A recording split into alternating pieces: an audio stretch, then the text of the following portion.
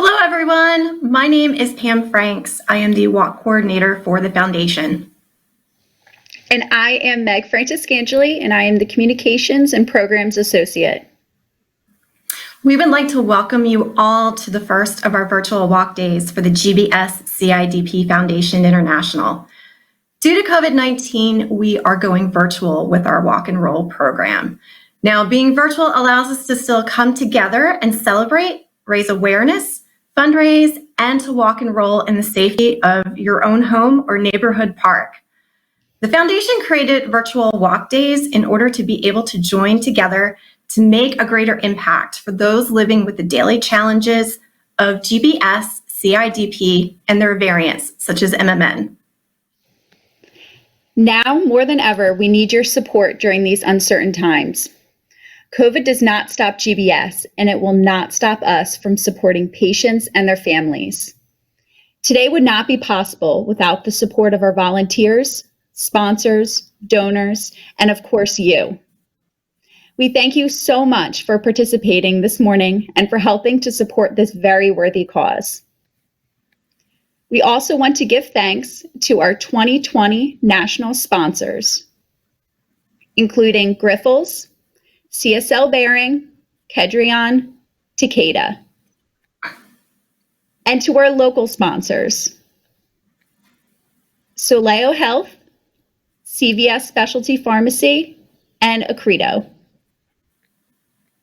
To learn more about our sponsors and how they help patients living with GBS, CIDP, and variants, such as MMN, please check out our virtual exhibit space located on our website at gbs-cidp.org.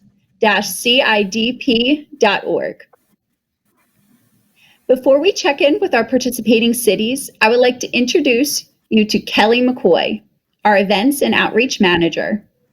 Kelly will speak about what we do here at the Foundation for patients and their families.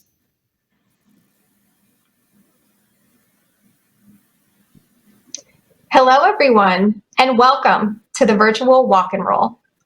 This November, we are celebrating our 40th year of the GBS-CIDP Foundation. Founded in 1980 by Estelle and Bob Benson as the GBS Support Group, we began as a means to uphold a promise that no one would ever go through our conditions alone. 40 years and 60,000 members later, we have added CIDP, MMN, and related conditions to our family, but we have never lost sight of our mission. In 2020, we have worked hard to ensure that our members still have access to resources and valuable connections with other patients and caregivers. 2020 has been a year of firsts for our foundation.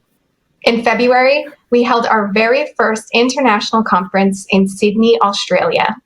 We launched a virtual Ask the Expert series with 8 installments, and we have held 15 virtual chapter meetings. This October, we will host our very first virtual summit. We are always listening. Please be sure to let us know how we can better support you. And as we say, today, tomorrow, and always, I hope you enjoy the day. Thanks so much for joining us this morning, Kelly. We're going to check in with Pittsburgh in just a little bit, but before we do, we want to have a little bit of competitive fun with our participants. During each city stop, we're going to have a trivia question about each city, along with multiple choice answers. We want you to use the chat feature that's in Zoom to answer the question. We will randomly pick a winner from the correct answers and send them some pretty cool GBS swag. So our first trivia question is about Pittsburgh's bridges. Pittsburgh is known as the city of bridges because it has more bridges than any other city in the world. Now, what color are the bridges located in the Golden Triangle? A, pierogi gold, B, Aztec gold, or C, terrible tau gold? Remember, type your answer in the chat feature and we will pick a winner at random. And without further ado, let's check in with Walk Chair Kristen Morgan and friends in Pittsburgh, PA. Good morning, Kristen. Thank you, Meg and Pam. We are so excited to be starting off our virtual walk in Pittsburgh. This is our 8th walk and roll in the City of Champions. And before we do our yoga stretch with Sterling, we have a special message from Joe Musgrove of the Pittsburgh Pirates. Let's toss it to Joe. Hi, how you doing, everybody? My name is Joe Musgrove. I'm a right-handed pitcher for the Pittsburgh Pirates. I've been in the city for about 3 years now, and I was brought into this this GBS Foundation here to try to share a little bit of my story of what my experience was. Kind of watching someone that was a huge impact in my life have to go through this. In 2008, my father was diagnosed with Guillain-Barré syndrome. It started off and came on really, really quick. We were at my sister's basketball tournament, and it started off with just some numbness in the fingertips and in the toes. And over the course of the next 24 hours, he went from having a little bit of slight numbness to being completely paralyzed from the neck down. It was a bit frightening for all of us. We initially were thinking heart attack and stroke. After doing multiple tests, he was ruled safe of all those things and clear and sent home. And the following morning, got up at 5 a.m. to take the dogs out and could hardly stand out of bed. So rushed him to the ER, and that was about 6 o'clock when he was admitted. And by about 2 or 3 in the afternoon, he was completely paralyzed from the neck down. The doctors ran us down what they think it might have been, bringing awareness to us what Guillain-Barré syndrome was, and the limited, research that had been done on this thing. And kind of the scary thing about it is that there's not a whole lot you can do to stop or reverse this syndrome. It's something that you kind of have to, there's medicines that you can take that can help halt some of the symptoms, but it's one of those things where you kind of just got to let it run its course. And for all of us, it was, in the family, it was something that was extremely frightening, but it was something that I feel ultimately brought us all closer together. And for myself, I was a 15-year-old kid and a sophomore in high school, and the only other man in the house aside from my dad. I had 2 sisters and my mom at home with us. So, the main thing for my dad was his concern of whether or not he was going to live through this and survive, and whether or not he was going to be able to be the same person and the same man that he was to our family. So him and filling me in on all the duties that I would have to take on at 15 years old of being the man of the house, and sitting down and having to have that conversation with him of hey, if I don't make it through this, these are the things that I expect from you as your father and as the man of the house. These are the things I expect you to do, and that was very tough for me, extremely tough. But some of the things that he struggled with were the most throughout the whole process were, extreme depression and a feeling of hopelessness. And it's one of the things that he continuously stressed to us back then, and even to this day, is how important the family and the loved ones surrounding him were, and what an impact that had on his daily attitude and mentality approaching each day when, you might feel like there's nowhere to go or there's no hope in sight. So I think the biggest impact that he said, helped him pull through that thing was being around the ones that he loved, and having that constant support, and then also having somebody that had been through this before, or somebody that's really well educated in what Guillain-Barré is, to push him forward every day and continue to show him that there are signs of hope, and that there is a chance that he can return back to who he used to be and get back to his normal life. So I'm sorry that I can't be with you all today. There's a lot of crazy things going on in the world, and I just want to take a second to share with you guys, my story a little bit, and tell you that I know what you're going through, and I got to see it firsthand, and it's not easy, but the people that are surrounding the one that's going through it are extremely important in how they're approaching each day, and how they're supporting their family member, their loved one that's going through this scenario. So I hope you guys have an awesome day today at the walk and roll. I really wish I could be there, but I'm doing what I can from my end over here. So I hope everyone's doing well. I hope everyone's staying safe, and I hope you guys enjoy your day. Thank you, Joe. And thank you to our walkers. Here are our top individual fundraisers: Kristen Schoenberger, Kelsey Wickstrom, and myself. Our top teams are Small Steps of Hope, Team Eli, Kristen's Tropicals, and Team Accredo. Together, we have raised over $8,000 this year. Now it's time for our pre-walk stretch with Sterling, so I'm tossing it to her. Good morning, 2020 Walk and Rollers, GBS-CIDP Foundation. Let's get ready to stretch.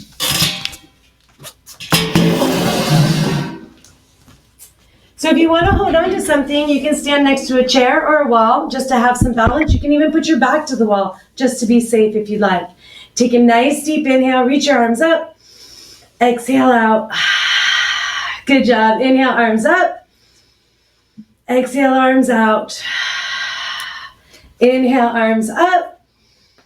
Exhale, arms out. The next time you bring the arms down, let's warm up those shoulders and the upper body a little bit. So we're going to keep the arms out at shoulder height and give me some circles forward for 6, 5, 4, 3, 2, 1. Reverse the direction and 6, 5, 4. It's a nice way to warm up the back, right? Use that upper back. Last one. Nice job. Touch the chest and open out.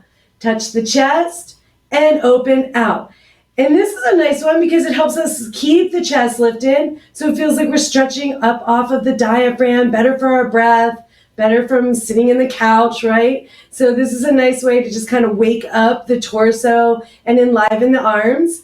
Then we're going to touch the back of our head and get even a deeper stretch coming up through the body and out. Now, if you feel like you bring your hands behind your head and it starts to push your head forward, then just go ahead and touch your ears. You can touch your ears, you can touch your shoulders, whatever feels more comfortable for you. Nice work. 2 more. And in and out. One more time. We're going to leave the hands back there and we're just going to turn halfway and then come back to the center.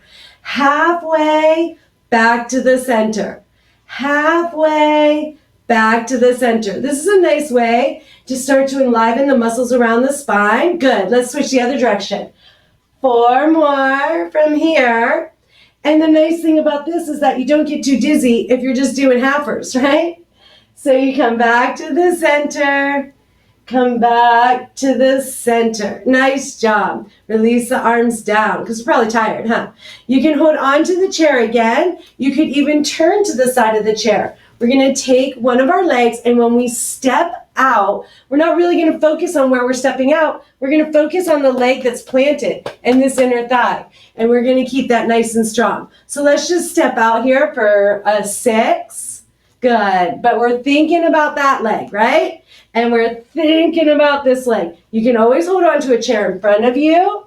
You can hold on to the chair to rebalance yourself when you come back, to give yourself a little bit of a challenge. Good. Now the next time we go out, you may not want to go as far. We're going to stay there, and then we're going to lift the arm, and we're going to reach over for 4. Good. And then we're going to reach over for 3. And then we're going to reach over for 2.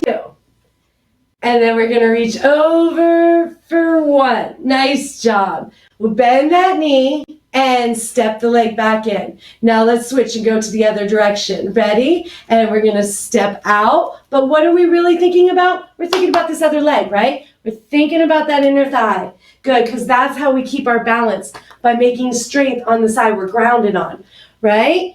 And then we're going to step out for 1 more. No, 2 more. We did 6 on the other side, right? So we got to even out. Good.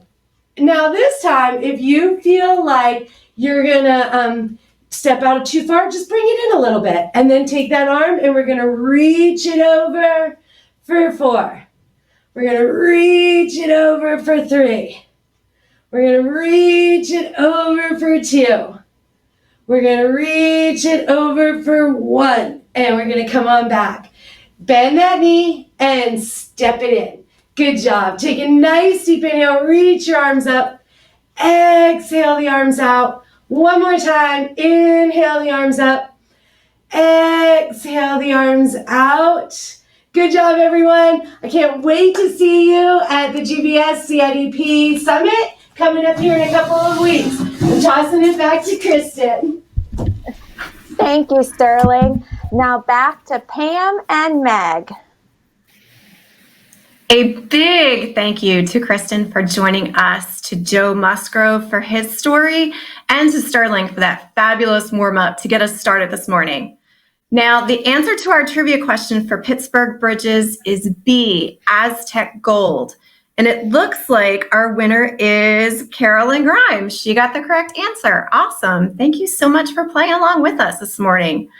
All right, so we want to welcome the first of our national sponsors this morning, CSL Behring. Joining us from CSL Behring this morning is Amy Nelson. Good morning, Amy. Thank you so much for being with us. Good morning. Thank you, ladies. I also would like to thank the GBS-CIDP Foundation for having me. As Pam and Meg mentioned, my name is Amy Nelson, and I am a representative of CSL Behring. CSL Behring is the manufacturer of two immunoglobulin products, Privigen and Hazantra, both of which have indications for CIDP. Privigen is an IVIG therapy, and Hazantra is a self-administered subcutaneous therapy. Today, I would like to share some patient support services available to you should you and your healthcare provider decide that either of these therapies I mentioned would be a good option for you. So please don't worry, I'm not going to read the entire slide, but I am going to highlight a couple resources about Hazantra. And everything shown on this slide can be found at hazantra.com. First up on the top left, we have the CSL Behring Premier Start Program. And the Premier Start Program is a 1-month free trial of Hazantra and all necessary supplies, as well as the in-home nurse training to help patients successfully get started on Hazantra. This program is fabulous for patients that may want to try Hazantra at no cost and to determine if it would be a good option for them. Next, on the bottom left, you will see the Hazantra Copay program. The Hazantra Copay program helps patients with out-of-pocket expenses for Hazantra. If anyone out there is currently on Hazantra and not aware of the Copay program, you can call IGIQ. The number is on the top right of the slide to inquire about eligibility requirements.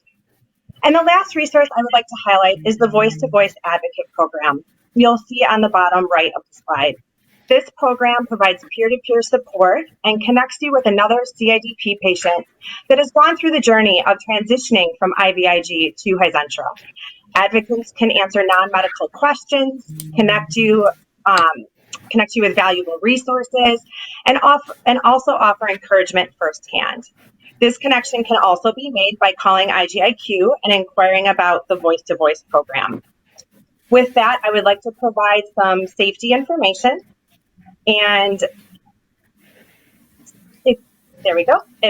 Provide some safety information as well. Hazantra, as I mentioned, is indicated for CIDP and also for primary immunodeficiency. Please keep in mind that thrombosis can occur with immunoglobulin products, and that does include Hazantra.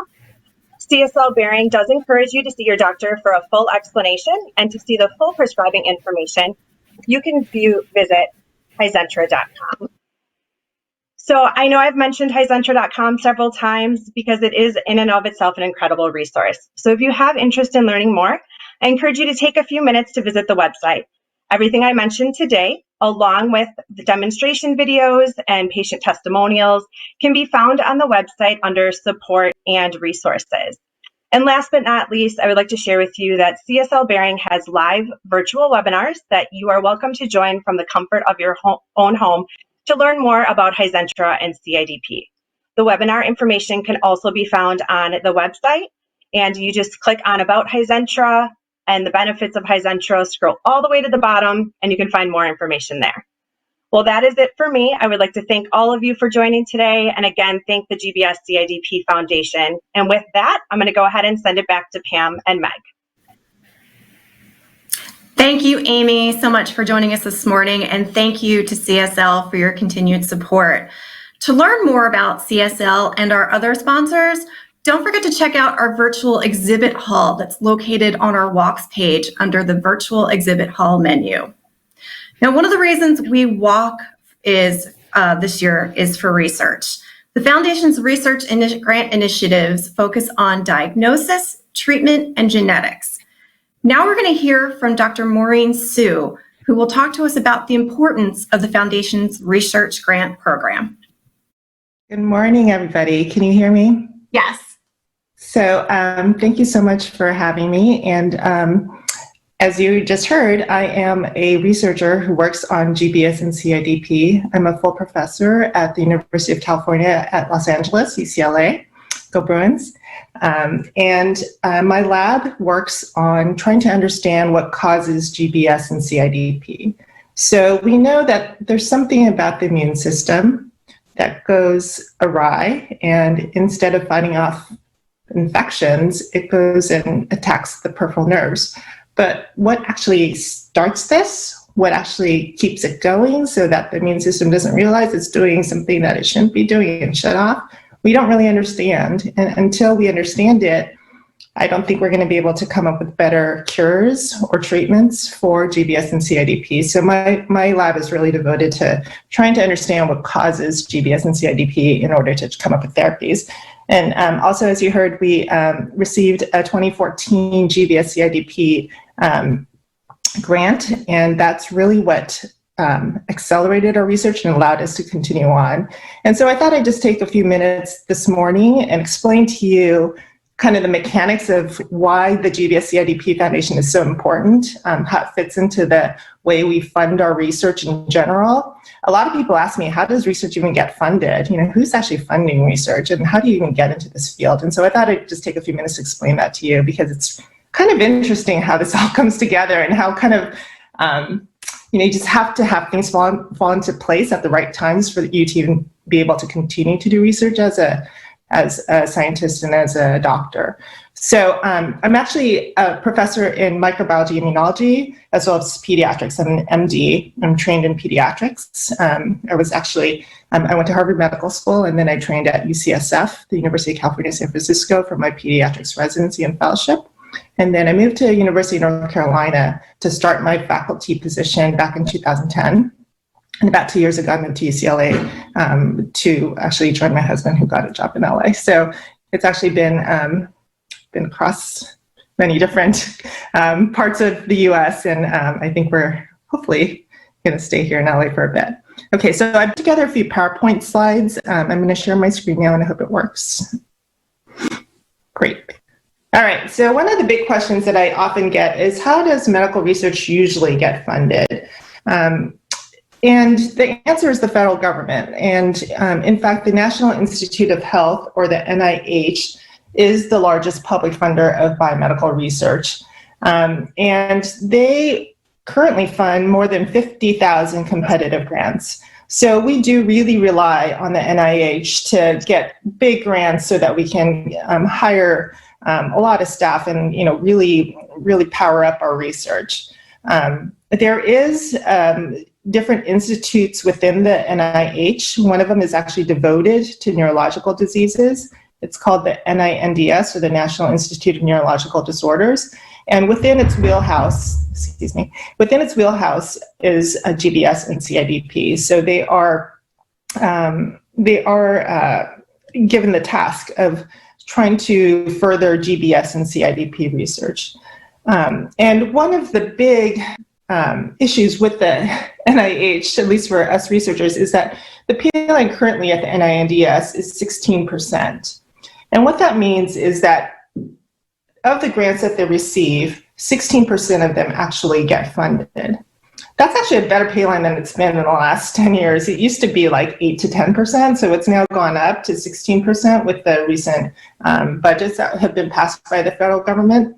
But what that means is that we have to write 5 grants for everyone to get funded, more than 5 grants, 5.5 grants for everyone to get funded. So we spend a lot of time writing these grants, and they're not just 1- and 2-page grants, they're greater than 100-page grants that we have to put together. So I think one of the things that a lot of researchers will talk about and read about is that we spend a lot of time writing rather than doing the research. And it's really not how you want to spend your time. You really want to be there trying to figure out, what is causing this disease and what we can do to stop it. So if you actually go into the NIH database, there's a public database where you can search and see what they're funding. I put in the words Guillain-Barré and CIDP, chronic inflammatory demyelinating polyneuropathy, to see if they're actually even funding these grants, right? And there are grants that have these keywords in them. So 62 grants are associated with the words Guillain-Barré. If you look more closely, though, most of these grants are actually focused on understanding how Zika virus works, and Zika virus infections cause Guillain-Barré rather than Guillain-Barré itself. So it's not the primary focus. Guillain-Barré is not the primary focus. Zika is the primary focus. So those 62 grants, I think maybe 1 or 2 might be Guillain-Barré primary focused. And then for CIDP, there are 13 grants, and we're actually one of the recipients of one of those grants. But of the 50,000, you can see that it's really a small proportion of grants that are funded by the NIH. And so a lot of us put in grants for GBS and CIDP research, but as I told you, on average, we get about 1 in every 5, and they get reviewed among a lot of other grants that deal with neurological diseases like MS, which has a lot more funding than Guillain-Barré and CIDP. So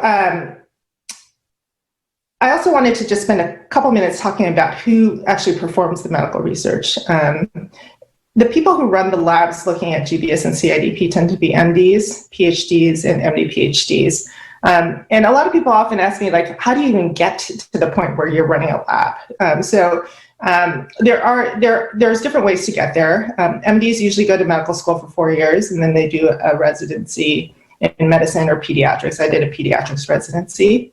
And then they do another fellowship where they do research and they specialize in what they're going to work on for another 3 to 5 years. So it's a pretty long road before you can actually get your own faculty position and start your own lab. PhDs go to graduate school, and that takes somewhere between 4 and 6 years, where they write a thesis with the faculty member. And then they usually do a postdoc fellowship, which takes another 4 to 6 years. And among those, the best of the best get a faculty position and start their own labs. And then there's those who want to do it even harder and get an MD PhD, which is a combined degree. And usually it's a medical school for 4 years, and then graduate school is for another 2 to 4 years. So it's a pretty long haul. So 6 to 8 years right out of college. And then residency and fellowship, sometimes you can do those a little bit faster, but they also tend to take another 5 years or so. So the people who come out of this who are given the faculty positions are really well trained. But you can also see how at the end of it, when you first get your faculty position, people are thinking, what I want to work on needs to be fundable, right? It needs to be able to get the financial support in order for me to actually hire people, buy reagents, get things going and all that. So, I could apply to the NIH and try to get one of these funds, but these grants, but it's a pretty, pretty low chance that you'll get the first time you try. So this is where the foundation comes in. So the GBS-CIDP Foundation can bridge that gap for a lot of people, and it's where it bridged the gap for me. So when I was starting out, trying to think, is this going to be viable? Can I actually fund my research in the future on GBS and CIDP, or do I need to switch what I'm interested in altogether so that I can get money? This is where the foundation stepped up and said, here's a grant to get you started. So we obviously need more research in GBS and CIDP, and we need more researchers in GBS and CIDP. And so the foundation gave me a $60,000 grant right when I was starting out. And it helped me to get the data that I needed to pursue a project that we later got funded with federal dollars by the NIH. So I just wanted to talk a little bit about what kind of research the foundation funds, and you'll see from the titles of these projects that they're very focused on GBS and CIDP. They're not, focused on something else like Zika. And then, by the way, we're also going to look at how GBS is affected, but they're really focused on GBS. These are the 7 grants that were funded by the foundation for 2020. And I won't read through all the titles, but for the bottom two, for example, there's a grant that's looking at peripheral nerve ultrasound to look at Guillain-Barré syndrome diagnosis, right? So very focused on seeing if we can actually improve diagnosis of Guillain-Barré. And the last one, precision medicine in CID, in chronic inflammatory neuropathy assessment. So trying to use precision medicine approaches to understand how to treat CIDP. So really focused on GBS and CIDP, and that's really helpful. And then who gets funded? So you can see that the 7 grants come from all over the world. 2 of them are from the US, North Carolina and Michigan. It's really actually one of the really special things I think about GBS-CIDP research is that we have collaborators across the oceans. There's people everywhere who are working on this, and we can really work with each other to try to better understand what's going on with the immune system. Okay, so since 2004, 60 awards have been given out by the GBS-CIDP Foundation, totaling $4 million. 15 young investigators have been funded, and as I just told you, I think that's one of the really critical areas that that GBS-CIDP funds. And one of the strategic plans for the foundation is to now go the next step and to request proposals for more developed projects. And these are going to be called discovery grants. They're going to be bigger grants than what was given out previously, $100,000 per year for 2 years, so that we can take the research that was started with these seed grants and move them to the next level so that we can be starting to fund things that are more mature and more likely to work out as a first or second step toward getting a treatment or a cure for GBS and CIDP. Okay, so I think that's it for me. If anybody has any questions, have you contact me if you have questions. That was a wonderful presentation. Thank you, Dr. Sue. Dr. Maureen Sue just explained the importance of research. The GBS-CIDP Foundation International believes in supporting research on GBS, CIDP, and variants by funding grants for projects that contribute to the knowledge of and towards an eventual cure for GBS, CIDP, and variants. To date, we have committed $4 million towards basic and translational research. You can learn more about our research initiatives by visiting our website. Our next stop is going to be Columbus, Ohio. But before we say hello, we have another trivia question for you. The state of Ohio gets its name from the Iroquois word Ohio, meaning what? A, great land, B, great tree, or C, great river. Let us know your answer in the chat feature located at the bottom of your screen. And now let's head over to Columbus with Bill Ansley. Good morning. Thanks for joining us, Bill. Hey, good morning, everybody. I want to welcome you to Columbus, Ohio, where it is sunny out and a beautiful 65-degree day, a perfect day for a walk.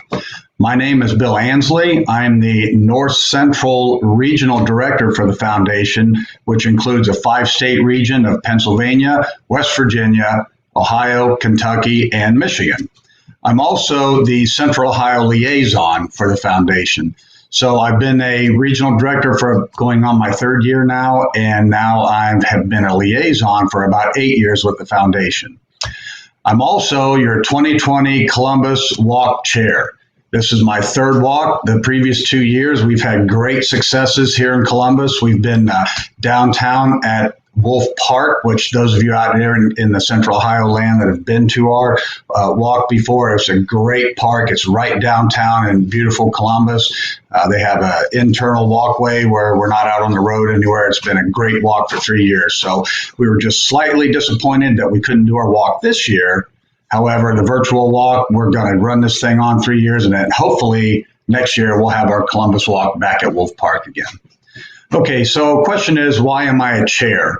So we've been having our liaison chapter meetings for about 8 years now, and every time the first 3 or 4 years, we have people write back and say, hey, we'd like to do a walk. So finally, I had a couple people out there. I don't know if they're on that right now, but Beth 30 Acre and Jane Lee really helped me a lot to set our walks up. And I said, well, let's try it. Maybe we'll have 20 people show up. I have no idea how many. So I made all my family, friends, and relatives and neighbors sign up just so I would make sure to have a few people there. And we ended up having over 300 people and 400 people at our walk. So we've had a great success here in Columbus. We've raised a lot of money, and I'm really glad I did it. I was hesitant at first whether I wanted to chair a walk because there's a lot that goes with it. But once we got that first one done and we started rolling, it was great. So I love doing a walk. I really look forward to hopefully doing one again next year. A little bit about Columbus, too.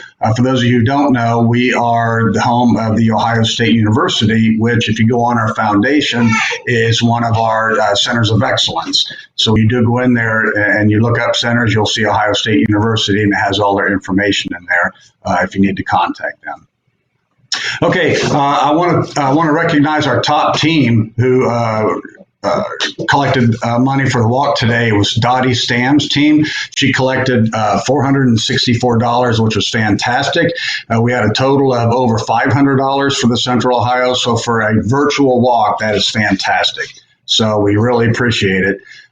So in closing, wrap it up. You want to come and help me? Here, I got a little helper here in his green and blue shirt. Here's my grandson. Hey, Oliver, you going to say hello? He wants to say hello to everybody, too. So I want to thank that in a 5-state region, I have 17 liaisons and point of contacts out there. I really want to thank them for all the work that they do. There's my wife, too, peeking in. So I really want to thank them for all the work they do for the foundation, because we could not do what we do without their help. So I want to thank them very much for helping out. And again, I thank Beth and Jane out there. If you're on, thank you very much. You've helped me greatly through through my walks and through my chapter meetings. I want to thank you very much. So do you have anything else to say? No? Okay, nothing else to say here from Columbus. So thank you all very much for tuning in. Hopefully next year we'll have our walk back again in the September-August timeframe, and we'll try to have our chapter meeting in June too.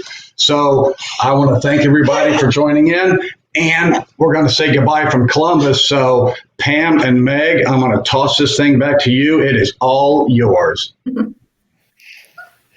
Well, thank you so much, Bill. We appreciate all that you do for the foundation. So the answer to the Ohio trivia question is C, Great River. And it looks like our winner is Joel Steinberg. So thank you so much, Joel, for participating. Next, we'd like to introduce you to Jim Jones with Grifols to chat with us for a bit. Good morning, Jim. Good morning. Thanks for having me. It's a pleasure to be here this morning. I am Jim Jones. I am with Grifols, and I am the patient coordinator for the eastern half of the United States. So it's great to be here this morning. And in addition to Grifols being a national sponsor, Grifols is the manufacturer of Gamunex-C. And I feel like many of you are very familiar with Gamunex-C. It is the #1 prescribed IG for the treatment of CIDP. So there are probably many folks out there currently on therapy with Gamunex-C. So I just wanted to verbally provide a few resources for you in the event that you should have any questions. And of course, if you have any questions, I think there's probably a way to give us your contact information. But if you'd like to be proactive, we have a Gamunex Connections phone number, and that phone number is 1-888-MY-GAMUNEX, or numerically, it's 1-888-694-2686. That's a really good resource for questions such as copay assistance and other patient assistance programs that we have. And of course, we have a Gamunex-C website that has the Gamunex Connections information additional resources there. So just wanted to offer that up to you. Want to make sure that we're supporting you in every way that we can. And I'm going to shift gears here a second and share with you a fact that I came across the other day. And that's that it takes 429 donor visits to treat one CIDP patient. So if you think about that, it's a pretty staggering number. 429 separate plasma donations in order to support one CIDP patient. So you're probably wondering, why is he sharing this with us? I think we have a real opportunity right now to support each other and to support this community. COVID has affected a lot of things, and plasma donations are certainly one of those. All of the major manufacturers have seen sharp reductions in the number of plasma donations, and I think we have a real opportunity here to discuss the need and really promote the need for folks going in and donating plasma. It takes over a year to create therapy from the time of donation. So the lack of donations today affect us a year from now. So I'm just sharing the information because I'm actively talking about this with my family, friends, coworkers, really anyone that will listen. And I think it's something that needs to be talked about. And again, I'm here to support you. And I think the more that we talk about this, we can divert any, supply issues that may be resulting from this current situation that we have with COVID. So, not to end on a dark note, sorry about that. I think it is an opportunity for all of us, and I think it's definitely one way that we can serve each other during this time. So that's pretty much all I had. So I guess I'm going to send it back to Meg and Pam. Thank you, Jim, and thank you so much for all your support. Remember, you can learn more about our sponsors, including Grifols, by checking out our virtual exhibit space located on our walk page. All right, Meg, pack your bags. We are going to head south to South Carolina. But before we check in with our walk chairs, we have another trivia question so our viewers can get some cool GBS swag. Conway, South Carolina is home to several types of oak trees. The city has been a Tree City USA wonder for 34 years.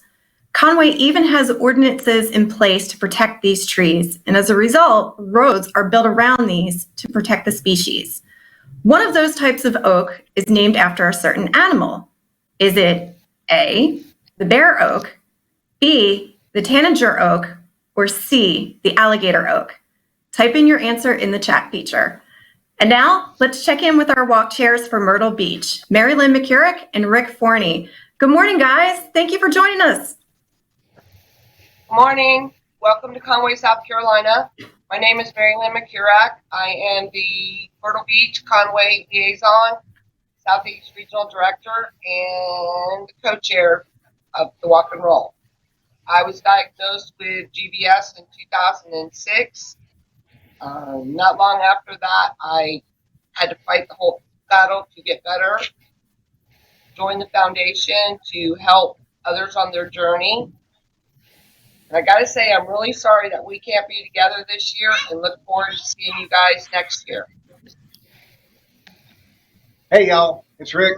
Just want to say we can't do it now, but May 8th, 2021, we're going to be here. We're going to have a great fundraiser. And if you haven't been here, we've got the Waccamaw River on all three sides of us here. And with the walk, we have food. We've got the Zumba girls. We've got a DJ. We've got a raffle.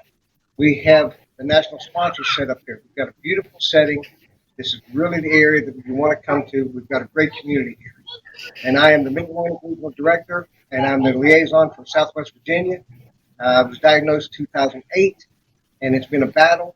I got involved with the foundation because there was no one there for me. I want to be there for others. And again, this is from Tim, Marilyn, and myself. I want you to mask up, stay safe, stay well. See you May 8th, 2021. Merrilyn? And to my fellow walk chairs, good luck today. Back to you, Pam and Meg and Conshohocken. Thank you both for joining us today. We appreciate all that you do for the foundation. So the answer to the Myrtle Beach trivia question is C, alligator oak. Next, we'd like to introduce you to Keith Bish from Takeda to chat with us for a little bit. Good morning, Keith. Be here, and I think after seeing those folks in South Carolina, I think I probably want to be in South Carolina next summer for the walk. So they look very relaxed and calm in those rocking chairs. I think that's going to be pretty awesome. So congrats to everybody that's involved with the walk today, all of the walk chairs and all the money that you're raising today. Again, my name is Keith Bish. I work with Takeda. I'm on the therapeutic policy and advocacy team, and it truly is an honor to be here with you all. We know that research is fundamental to what everybody needs within this community, and every dollar raised today goes to research, and that is such a huge honor and a privilege to be able to work with the foundation to raise these necessary funds. Much like us at Takeda, we have a natural connection with the patient organizations like GBS-CIDP Foundation that are working to improve patients' lives through medicine and through healthcare. Our innovation and hardworking team of researchers have discovered and developed groundbreaking therapies to help treat people with GBS and CIDP as well. It's the work that you do that inspires us each and every day. It's the research that spurs innovation in diagnosis for better treatments. And all of us at Takeda are honored to be a part and support the researchers who are committed to improving the lives of those living with these conditions, including the variants like MMN. But I'd like to take a moment also to thank the foundation for bringing us all together to raise awareness for this cause. It is truly a shared vision of providing patients with access to early and accurate diagnosis as well as treatments that help support and drive our passion here at Takeda. And each step forward brings us one step closer to fulfilling that mission. In a time of uncertainty and COVID, it really has created the sense of being separated, but even though that we're physically apart, I am truly humbled to see how the community has come together to work together, to rally behind each other, to support each other during this time. And I think that's a true testament to the work that the foundation has done, and as well as a testament to the work that the community continues to do on a daily basis. It is truly my honor to be here and to represent Takeda today. And with that, I will turn it back to both Meg and Pam. And I appreciate you guys for being here. Thank you. Thank you, Keith, and thank you again for all your support to the foundation.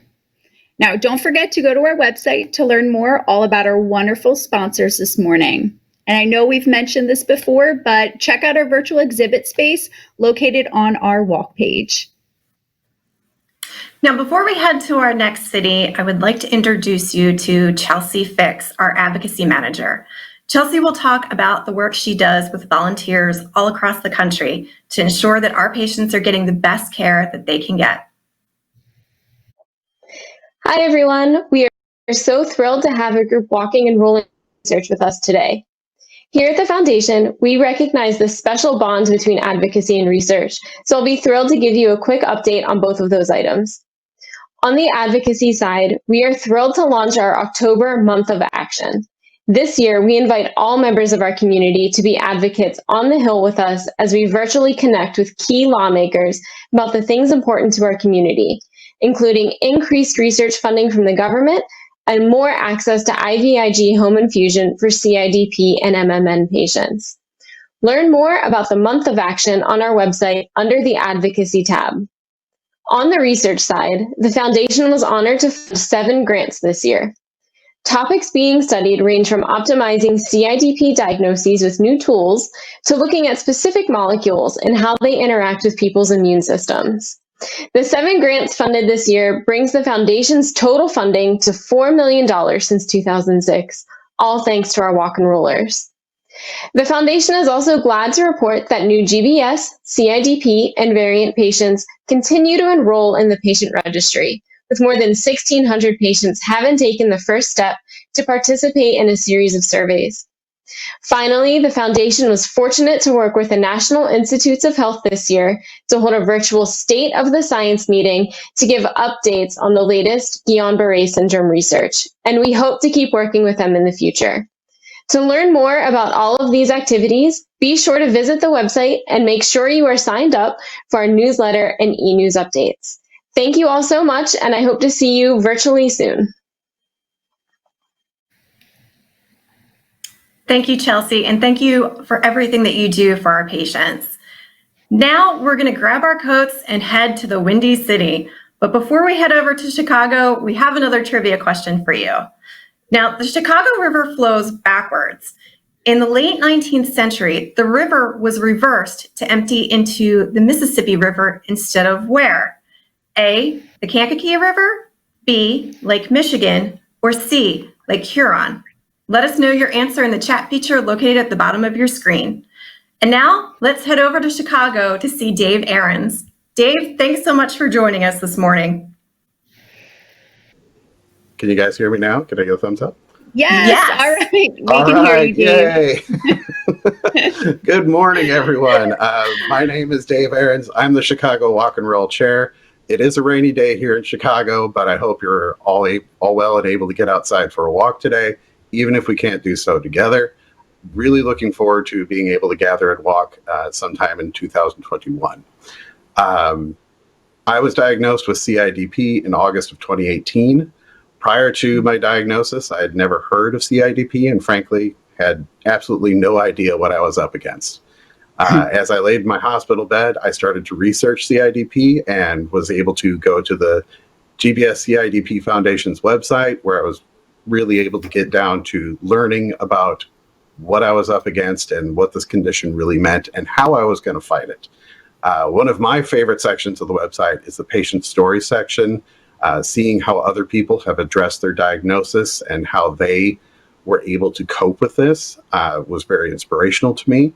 I really, really took to heart the idea of it's only rare until it's you. After my 24-day vacation in the hospital, I was able to go home and begin adjusting to my new normal.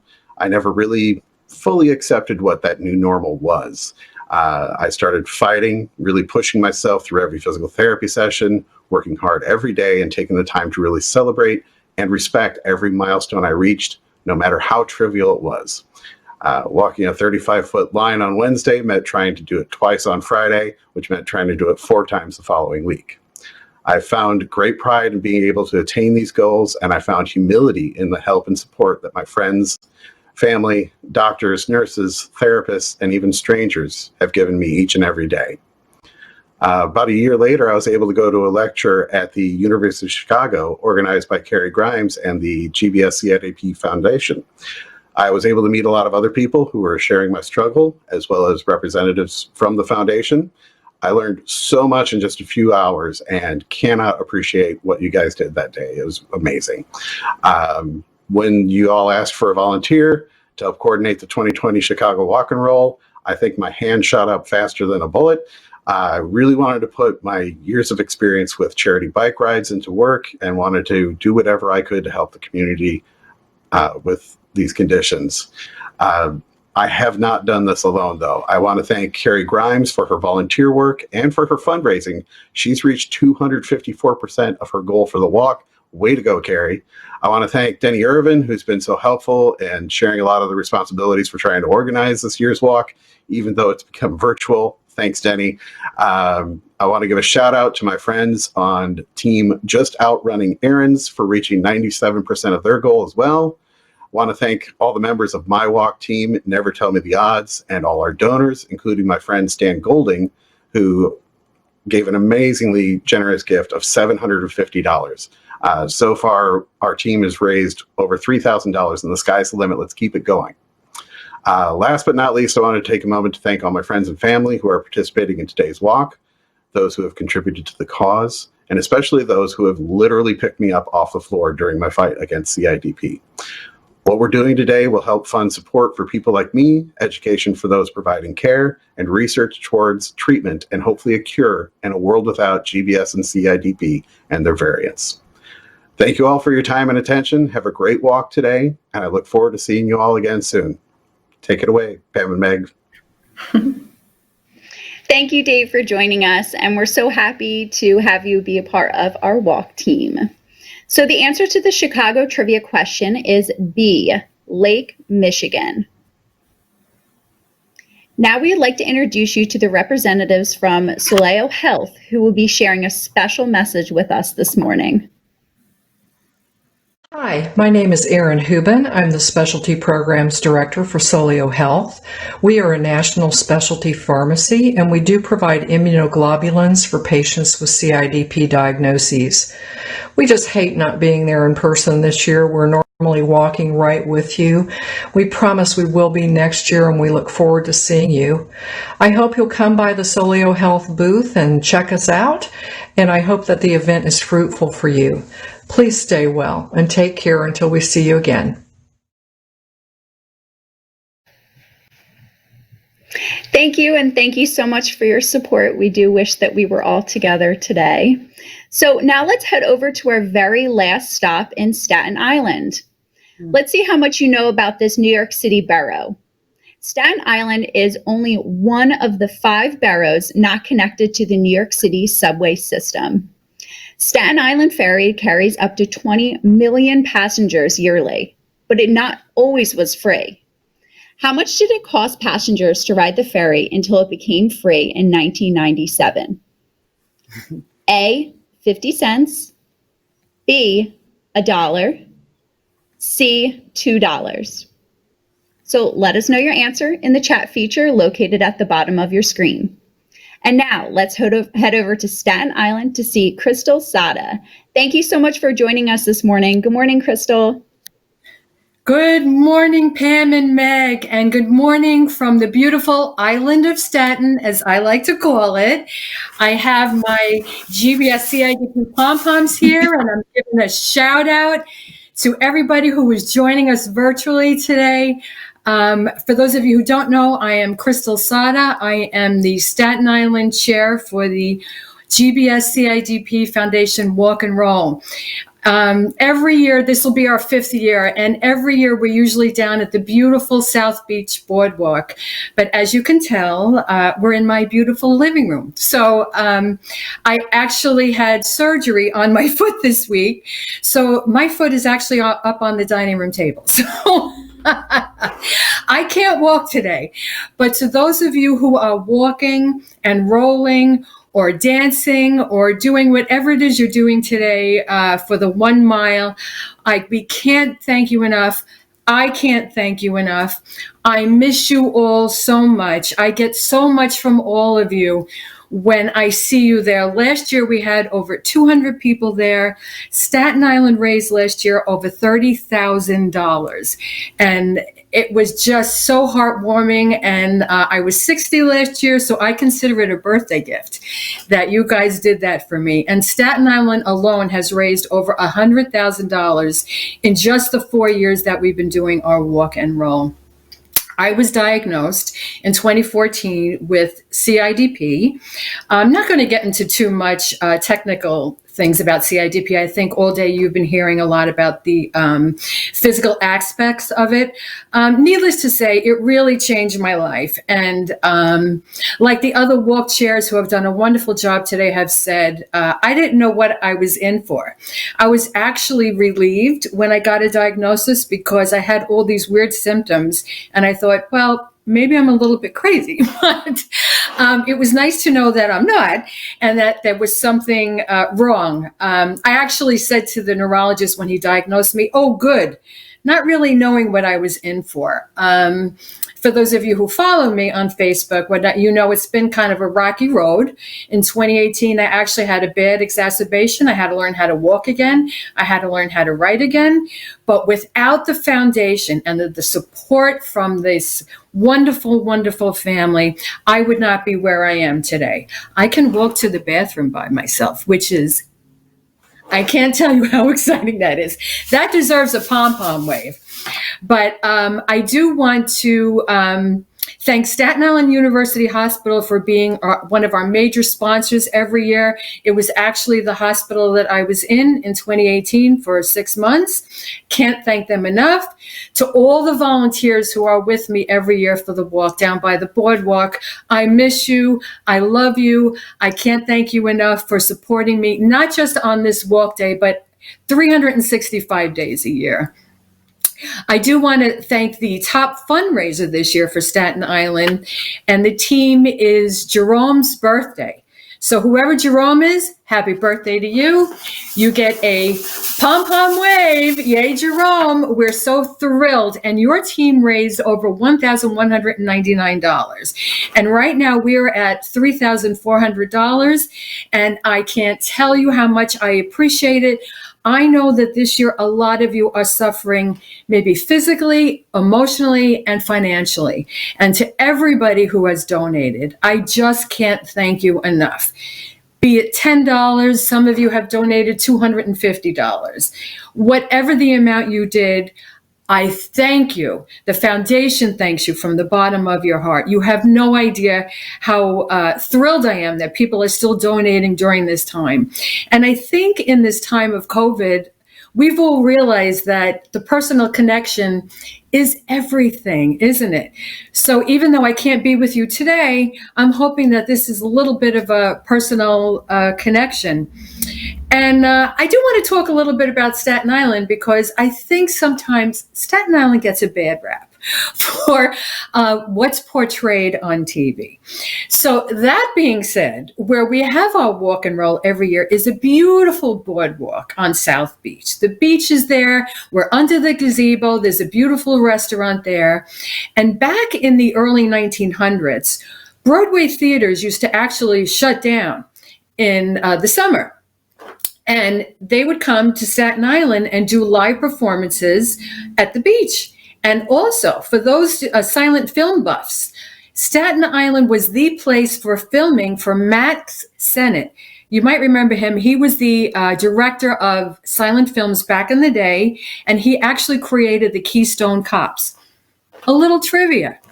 Also, I have a list here of a few people who actually are from Staten Island that you may not know.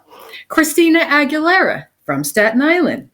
Albert Baez, who actually discovered and created the X-ray microscope, who, believe it or not, helped us with GBS-CIDP and its variants today. So thank you, Albert Baez. Now, some of you might be saying, Baez, why do I know that name? Because his daughter was Joan Baez. Can you imagine? Joan Baez, the famous folk singer from the 60s. Gene Simmons from KISS, from Staten Island. For those SNL fans, Colin Jost and Pete Davidson from Staten Island. Arthur Anderson, you may not have heard about him, but he is actually the voice of the Lucky Charms leprechaun.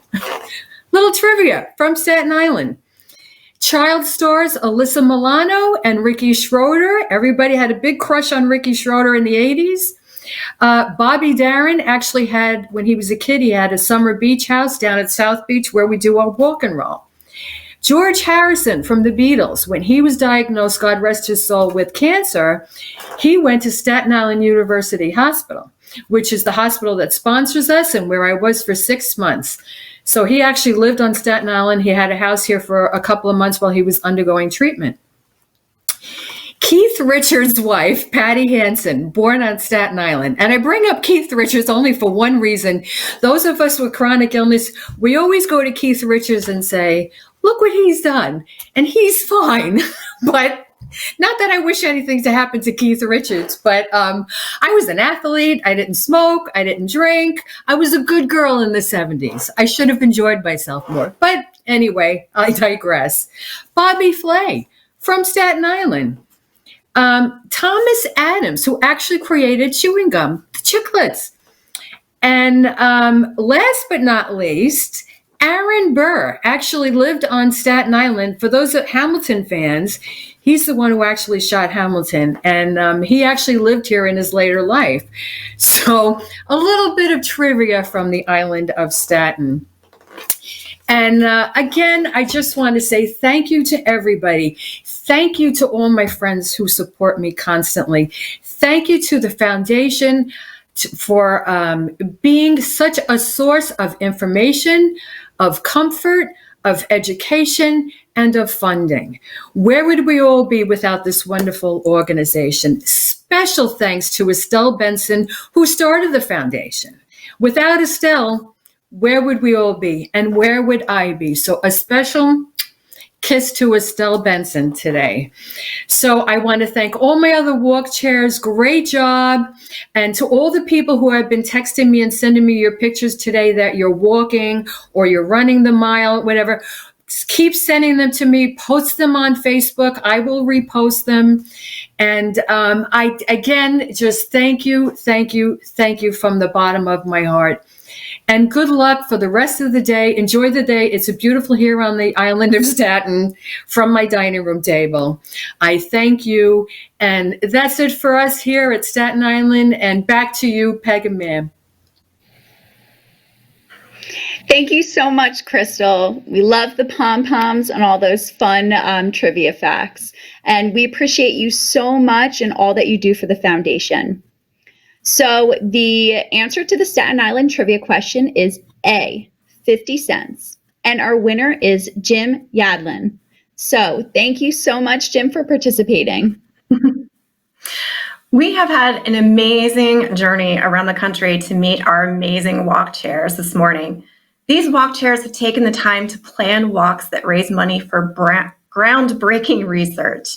Today, with the help of you and our walk chairs, we have raised over $63,000 for research. And now, before we go any further, we would like to have you listen to a message from Estelle Benson, our founder. What a remarkable event. Our organization is almost 40 years old, and I cannot believe how we can walk virtually around the country raising funds for research. Thank you for supporting this most important pillar of the GBS-CIDP Foundation. You are the best. Walk carefully and stay safe. Thank you again. What a special treat to hear from Estelle, our founder. Thank you so much for joining us this morning, Estelle. The September virtual walk may be over, but there's still plenty of ways for us to continue raising awareness. To share more about this is Lisa Butler, our Executive Director. Hello, everyone. I am Lisa Butler, the Executive Director of the GBS-CIDP Foundation. Thank you for joining us today on today's walk journey. A huge shout out to our walk chairs who hosted us as we move from location to location. And a very heartfelt thank you to all the patients who joined us today. It is truly your strength and your courage that inspire everything we do at the Foundation. I also want to thank all the families and caregivers that are with us today. When our son had GBS, it was people like you that truly carried us through that journey. So thank you. I also want to thank our incredible staff who brought this program to you today and have pivoted during this time. And thank you so much to all of our sponsors. Without their support, we would not be able to bring programs like this to you. So please know that when it's safe, we really want to see you in person. We want to hug you. We want to be with you. We want to talk to you. But in the meantime, there are lots of ways that you can get involved in the foundation. You can become an advocate and get in touch with your local legislators. We will help you do that. And you can influence their education and their awareness of our conditions. You can become a liaison and help newly diagnosed families through this incredibly challenging time. You can also join the walk committee and get involved in next year's walk, where hopefully we'll be in person, or you can start a new walk in your area if there isn't one already. If you're a patient, you can join our patient registry. It's so important that we collect this information and we learn more about you so we can respond to your unmet needs. So most importantly, register with us so you can stay current on all of our fabulous programming. Thank you again for taking today's journey with us. Be safe, be well, and we look forward to seeing you real soon. We have had so much going on here at the Foundation. So stay updated on all the latest news and events from the community, like our quarterly newsletter, The Communicator, new virtual programming, and new program information for our youth, teen, and young adult, also known as YTA, and caregivers, by going to our website and filling out the Contact Us form. We just want to say thank you again to all of our participants, sponsors, and staff for joining us this morning. Thank you to my fellow co-host, Meg. Your continued support for research is helping GBS and CIDP patients all across the globe.